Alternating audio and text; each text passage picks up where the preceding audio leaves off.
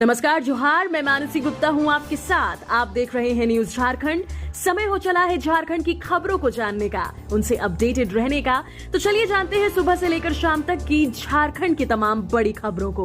उससे पहले अगर आप न्यूज झारखंड चैनल पर नए हैं तो प्लीज चैनल को सब्सक्राइब करके बेल आइकन प्रेस कर दीजिए, जिससे आपके पास झारखंड की हर एक छोटी बड़ी खबर का अपडेट पहुंचता रहे। चलिए शुरुआत करते हैं आज की पहली और बड़ी खबर से। कॉमर्शियल गैस सिलेंडर 25 रुपए 50 पैसे तक सस्ता हुआ। एफडी की ब्याज दरों में कटौती हुई। जून में हो रहे ये 6 बदलाव। नया महीना यानी जून अपने साथ कई बदलाव लेकर आया है। आज 19 किलोग्राम वाला कॉमर्शियल एलपीजी सिलेंडर की कीमत में 25 रुपए 50 पैसे तक की कटौती हो गई है। इसके अलावा एविएशन टर्बाइन फ्यूल एटीएफ की कीमत भी 2,391 रुपए 27 पैसे तक कम हो गई है। इससे हवाई सफर सस्ता हो सकता है। सूर्योदय स्मॉल फाइनेंस बैंक ने एफडी पर मिलने वाले ब्याज में 0.20% तक की कटौती की है। सामान्य नागरिकों को अब एफडी पर 4% से लेकर 8.4% तक का ब्याज मिलेगा। इसके अलावा इस महीने से कर्मचारियों को एटीएम और यूपीआई से सीधे पीएफ का पैसा निकालने की सुविधा मिल सकती है। तेल कंपनियों ने 19 किलोग्राम वाले कॉमर्शियल एलपीजी सिलेंडर की कीमत दिल्ली में 24 रुपए कम कर दी है। इसके बाद यहां कॉमर्शियल एलपीजी सिलेंडर की कीमत अब 1723 रुपए 50 पैसे हो गई है। सरना जमीन अतिक्रमण विवाद, थाना में तोड़फोड़, पुलिसकर्मियों के साथ धक्का मुक्की। बेड़ो थाना क्षेत्र के महादानी मैदान के पास सरना की जमीन को अतिक्रमण मुक्त कराने का मामला शनिवार को आक्रोश में बदल गया। अतिक्रमण हटाने के लिए लाए गए निजी जेसीबी के चालक को पुलिस ने गिरफ्तार कर लिया।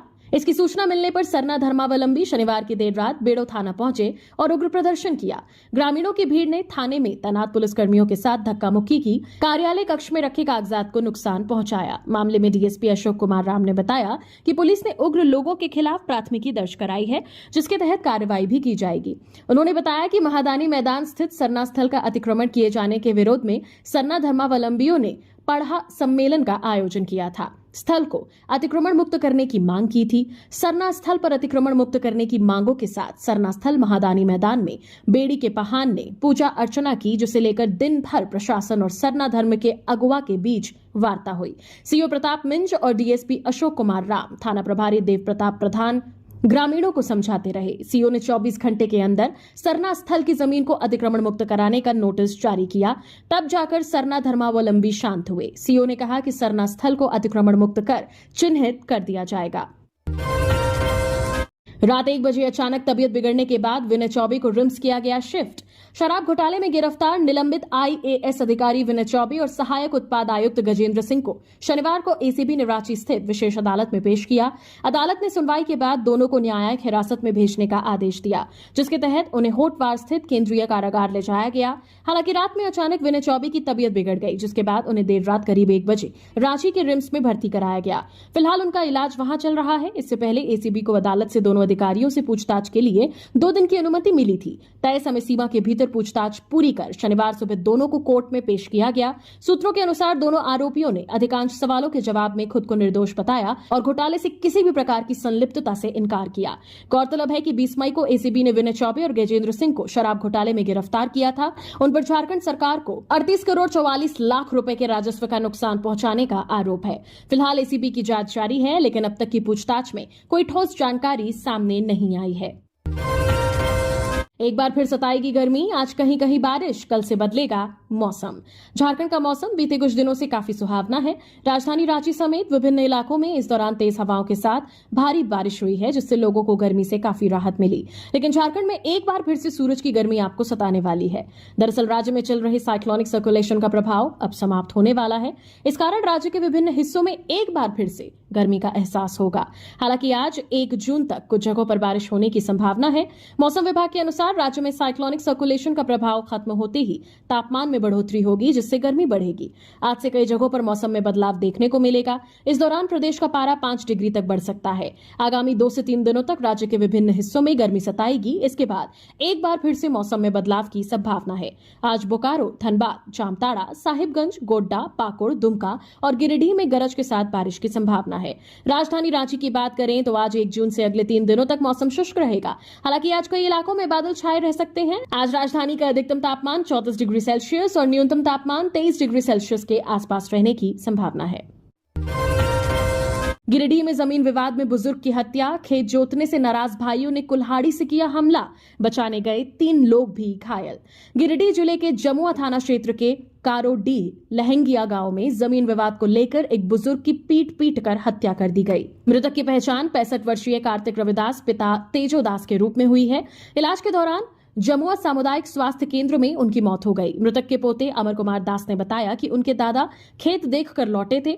लौटने के दौरान उन्होंने अपने चचेरे भाई देवनंदन दास से पूछा कि उसने उनके हिस्से की जमीन क्यों जोत ली। इसी बात पर दोनों के बीच कहासुनी हो गई। बताया जा रहा है कि कहासुनी के बीच देवनंदन दास के साथ सुरेश दास, रदिया देवी, अशोक रविदास, रामकिशुन दास, पूरन दास, किशोरी दास और प्रदीप दास हरवे हथियार के साथ पहुंच गए। आरोप है कि इन सभी ने मिलकर कार्तिक रविदास पर हमला कर दिया। इसी दौरान देवनंदन ने कुल्हाड़ी से बुजुर्ग के सिर पर जोरदार प्रहार किया, जिससे वे गंभीर रूप से घायल हो गए।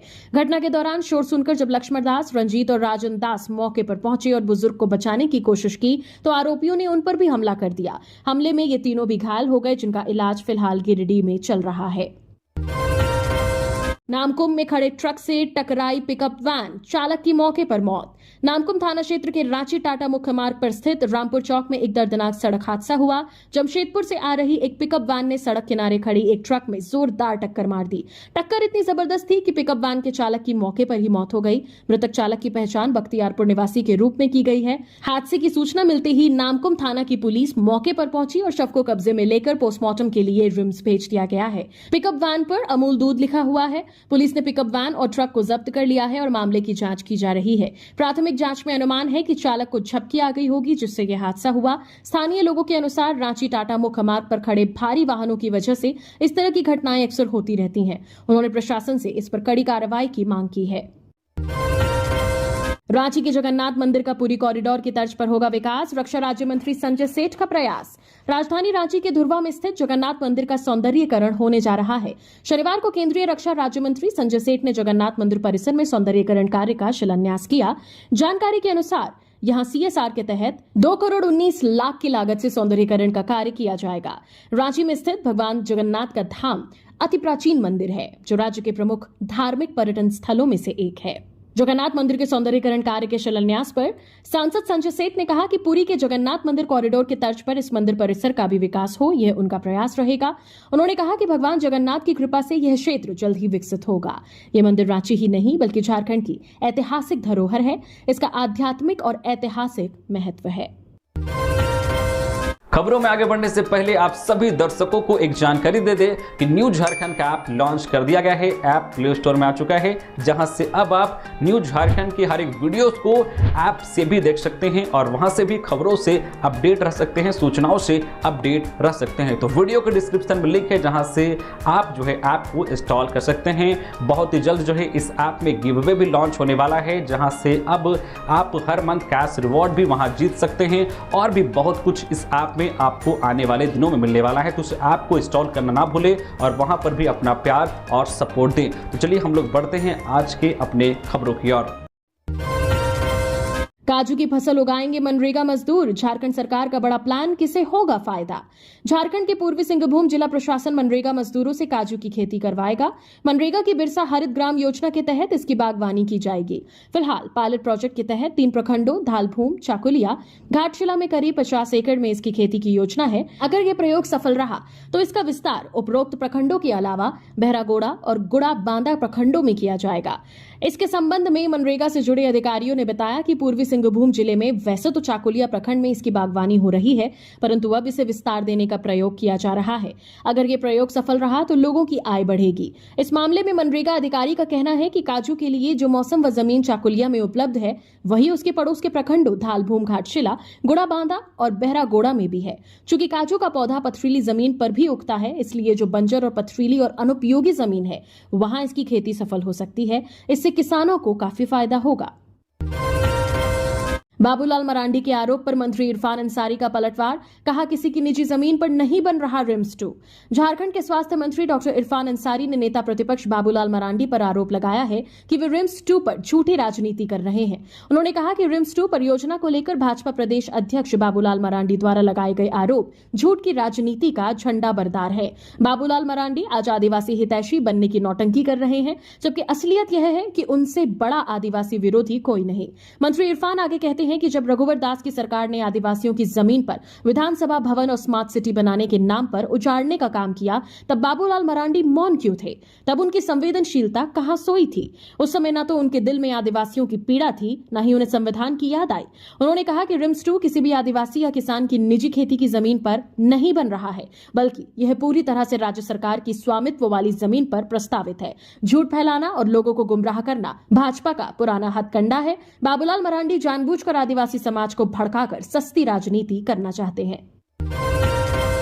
रांची एयरपोर्ट से उड़ान भरने वाली कई फ्लाइट्स कैंसिल, देखिए विमानों का नया शेड्यूल।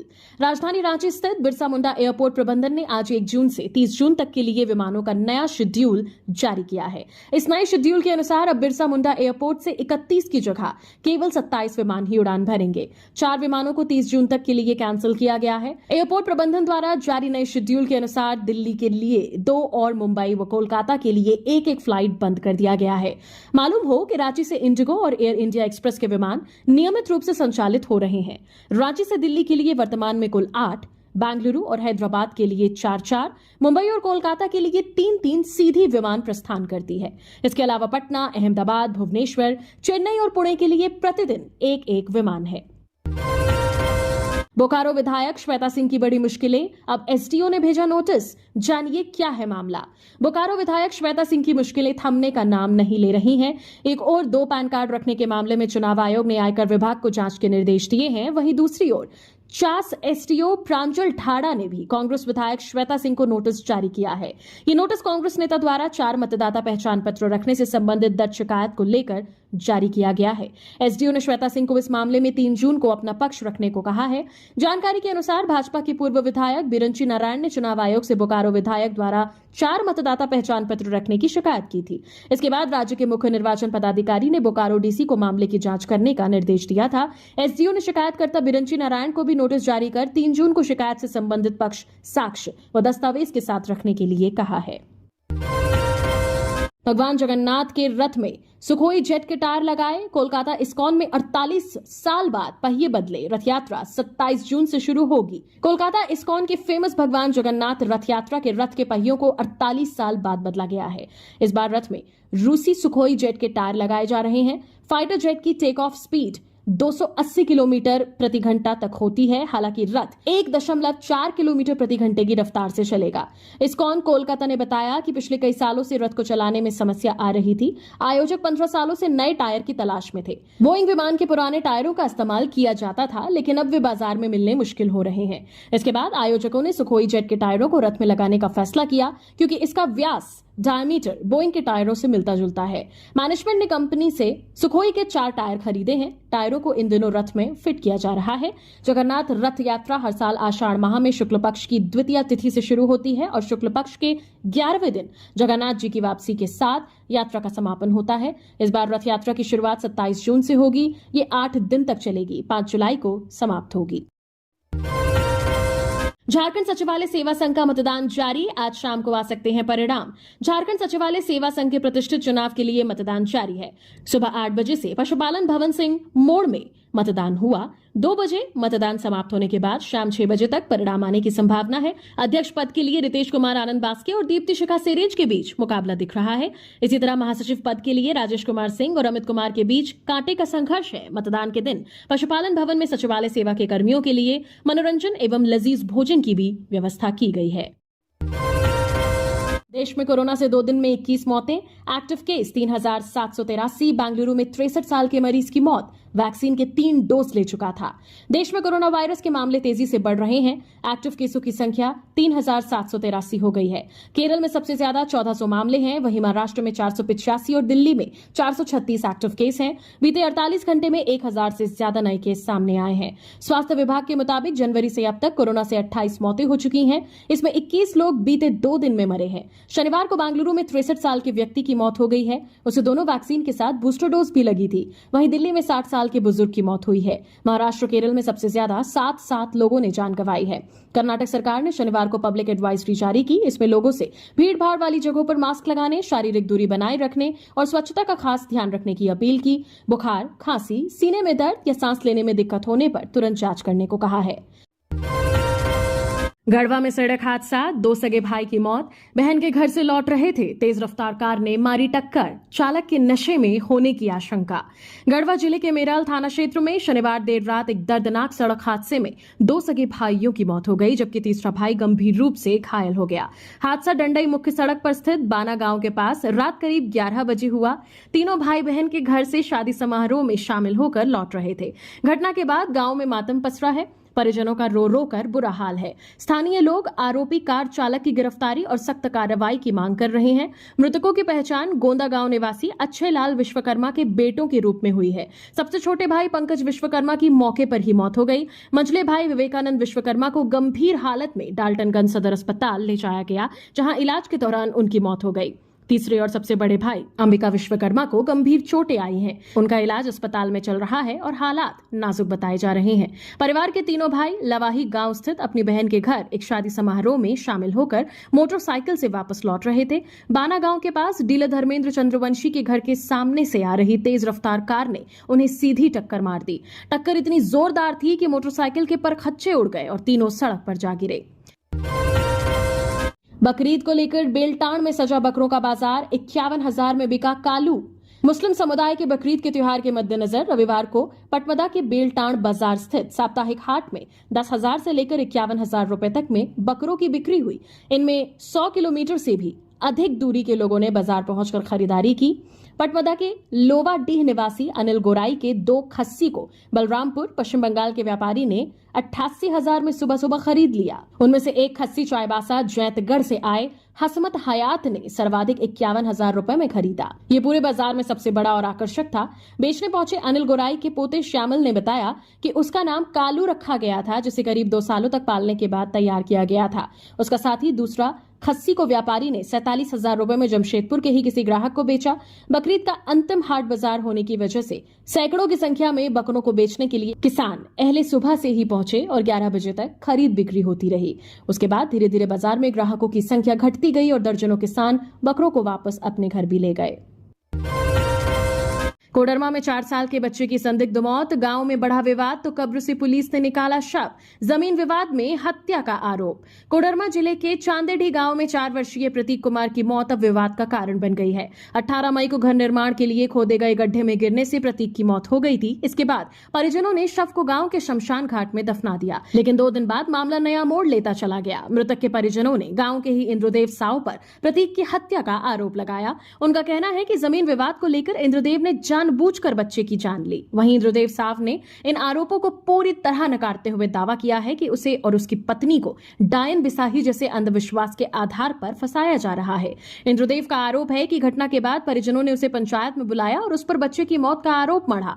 फिर बात उसकी 11 साल पहले मरी मां तक पहुंच गई। गांव के कुछ लोगों ने कहा कि उसकी मृत मां प्रेतात्मा बनकर आई और बच्चे की मां पर सवार होकर प्रतीक को मार डाला। इतना ही नहीं, इंद्रदेव ने बताया कि गांव के ही कुछ लोग उसे और उसकी पत्नी को जबरन बरही हजारीबाग ले गए, जहां उन्हें 2 अलग अलग ओझा और भगत के पास ले जाया गया। दोनों ही जगहों पर यह दावा किया गया कि इंद्रदेव की मृत मां और उसकी पत्नी पर प्रेतात्मा का साया है, जो बच्चे की मौत की वजह बनी। कोडरमा एसपी अनुदीप सिंह ने थाना प्रभारी को दोनों पक्षों की शिकायतों पर कार्रवाई का निर्देश दिया है। रविवार को कोडरमा अंचलाधिकारी को मजिस्ट्रेट नियुक्त करते हुए बच्चे के शव को कब्र से निकालकर पोस्टमार्टम के लिए भेजा गया।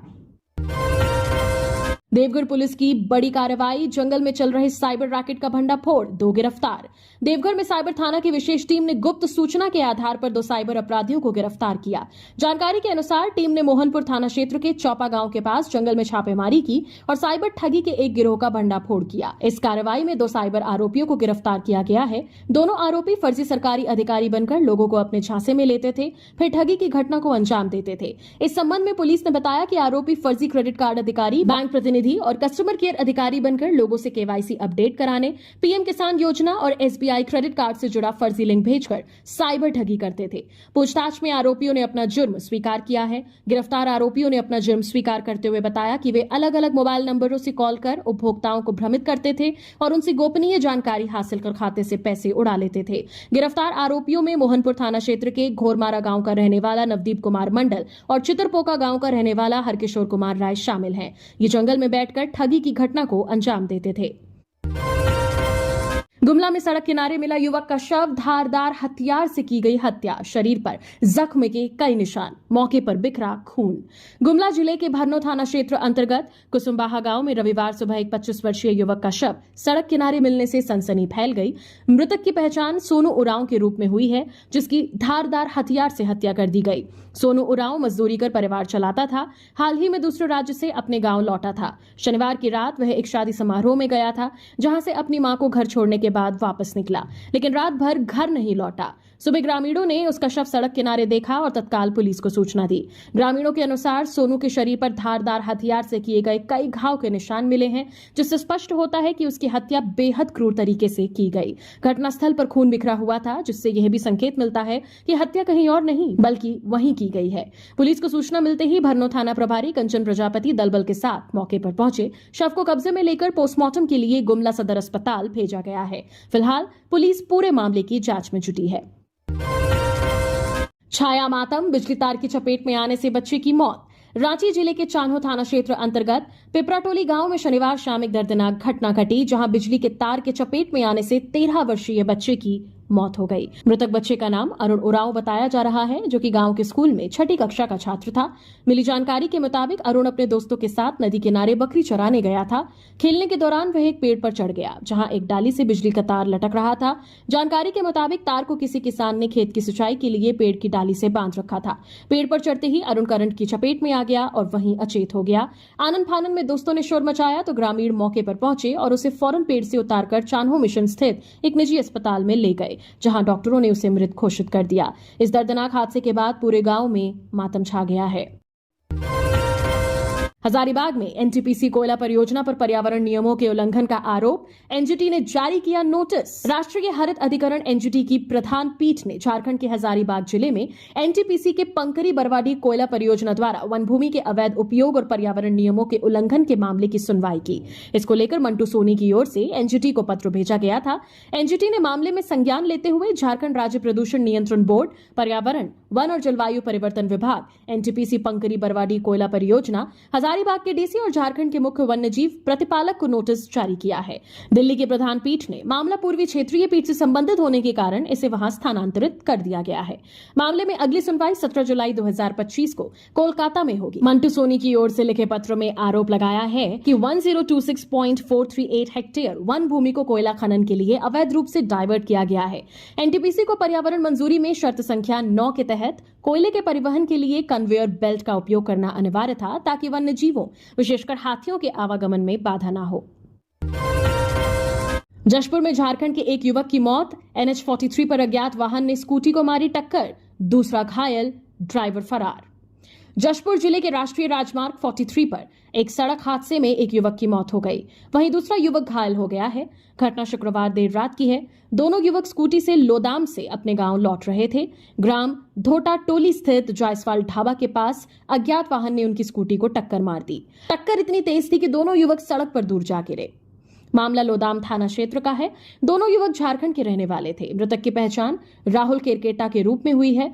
घायल युवक का नाम अमन केरकेटा है। दोनों झारखंड के गढ़वा जिले के मेराल गांव के रहने वाले थे। स्थानीय लोगों ने घायल अमन को लोदाम सामुदायिक स्वास्थ्य केंद्र पहुंचाया, वहां उनका इलाज जारी है। लोदाम पुलिस मामले की जांच कर रही है और अज्ञात वाहन की तलाश में जुटी है। असम में बारिश लैंडस्लाइड के चलते 16 की जान गई। मणिपुर में शहरों में भरा पानी, लाइफ बोट चलानी पड़ी। श्रीनगर लेह हाईवे पर आया एवलांच। पूर्वोत्तर भारत में समय से पहले पहुंचा मानसून तबाही मचाने लगा है। 2 दिन में 32 लोगों की मौत हो गई। असम में 16, अरुणाचल में 9, मिजोरम में 4 और मेघालय में 3 लोगों की जान गई। असम में सभी मौतें लैंडस्लाइड बाढ़ के चलते हुई। अरुणाचल प्रदेश के ईस्ट कामेंग जिले में हाईवे 13 पर भूस्खलन की चपेट में आई कार गहरी खाई में गिर गई। हादसे में 2 परिवारों के 7 लोग मारे गए। एक अन्य घटना में 2 लोगों की जान गई। मिजोरम के सेरछिप में 13 घर ढह गए। एक व्यक्ति की मौत हो गई। वहीं उत्तरी सिक्किम में करीब 1500 पर्यटक फंसे हैं। मणिपुर में पिछले 48 घंटों में बाढ़ और लैंडस्लाइड के कारण 3802 लोग प्रभावित हुए हैं और 883 घरों को नुकसान पहुंचा। हिमाचल प्रदेश में आज और कल के लिए आंधी, बारिश और तूफान का ऑरेंज अलर्ट जारी किया गया है। 1 जून को चंबा, कांगड़ा, कुल्लू, मंडी और शिमला जिलों में अलग अलग स्थानों के लिए चेतावनी जारी की गई है। 2 जून को सोलन और सिरमौर के लिए अलर्ट है। प्रशांत बोस की गिरफ्तारी के बाद सुरक्षा बलों पर हमले की साजिश, एनआईए ने कसा शिकंजा। 1 करोड़ के इनामी रहे माओवादियों के पोलित ब्यूरो सदस्य प्रशांत बोस की गिरफ्तारी के बाद बदले की रणनीति के तहत माओवादियों ने सुरक्षा बलों पर हमले की साजिश रची थी। इसके लिए बकायदा हथियार और गोला बारूद इकट्ठा किए जा रहे थे। इस मामले को लेकर एनआईए ने 2 नक्सलियों के खिलाफ अदालत में आरोप पत्र दायर किया है। सुरक्षा बलों पर हमला करने की प्रतिबंधित भाकपा माओवादी संगठन की आतंकी साजिश के तहत हथियार और गोला बारूद जब्त करने से संबंधित 2022 के मामले में राष्ट्रीय जांच एजेंसी ने 2 और आरोपियों के खिलाफ आरोप पत्र दाखिल किया है। इस मामले में माओवादी रंथू उरांव और नीरज सिंह खेरवार के खिलाफ एजेंसी ने शनिवार को चार्जशीट दायर किया है। इसके साथ ही अब आरसी 2/2022/NIA/RNC मामले में आरोप पत्र दाखिल किए गए हैं। अब इस मामले में आरोपियों की कुल संख्या 25 हो गई है। दोनों नक्सलियों के खिलाफ आईपीसी आर्म्स एक्ट, विस्फोटक पदार्थ अधिनियम और यूए एक्ट की विभिन्न धाराओं के तहत आरोप पत्र दाखिल किया गया है। नक्सलियों ने पुलिस के लिए बिछाए थे आईईडी, चपेट में आने से ग्रामीण घायल। पश्चिमी सिंहभूम जिले में नक्सलियों के खिलाफ चलाए जा रहे ऑपरेशन के दौरान सारंडा के बलेबा गांव में रविवार को आईईडी विस्फोट हुआ, जिसमें एक ग्रामीण घायल हो गया। घटना की पुष्टि पुलिस अधीक्षक राकेश रंजन ने की है। ग्रामीण लकड़ी चुनने जंगल गया था, तभी वह नक्सलियों द्वारा पहले से बिछाए गए आईईडी की चपेट में आ गया। घायल को पुलिस की मदद से मनोहरपुर अस्पताल में भर्ती कराया गया, जहां उसका इलाज जारी है। बलेबा गांव के लोग मुख्य रूप से साल के पत्ते और जलावन की लकड़ियां इकट्ठा करके अपनी रोजी रोटी चलाते हैं। पुलिस ने बताया कि नक्सलियों ने सुरक्षा बलों को निशाना बनाने के लिए पहले से जंगलों में आईईडी लगा रखे हैं, जिनका खामियाजा अब आम ग्रामीणों को भी भुगतना पड़ रहा है। घटनाओं को देखते हुए पुलिस और सुरक्षा बलों ने सर्च ऑपरेशन तेज कर दिया है। साथ ही ग्रामीणों को जंगल में सतर्क रहने और किसी भी संदिग्ध वस्तु की जानकारी तुरंत देने की अपील की गई है। जिला पुलिस और सीआरपीएफ की टीम लगातार क्षेत्रों में गश्त कर रही है और नक्सलियों की सफाई के लिए अभियान को और सख्त किया जा रहा है।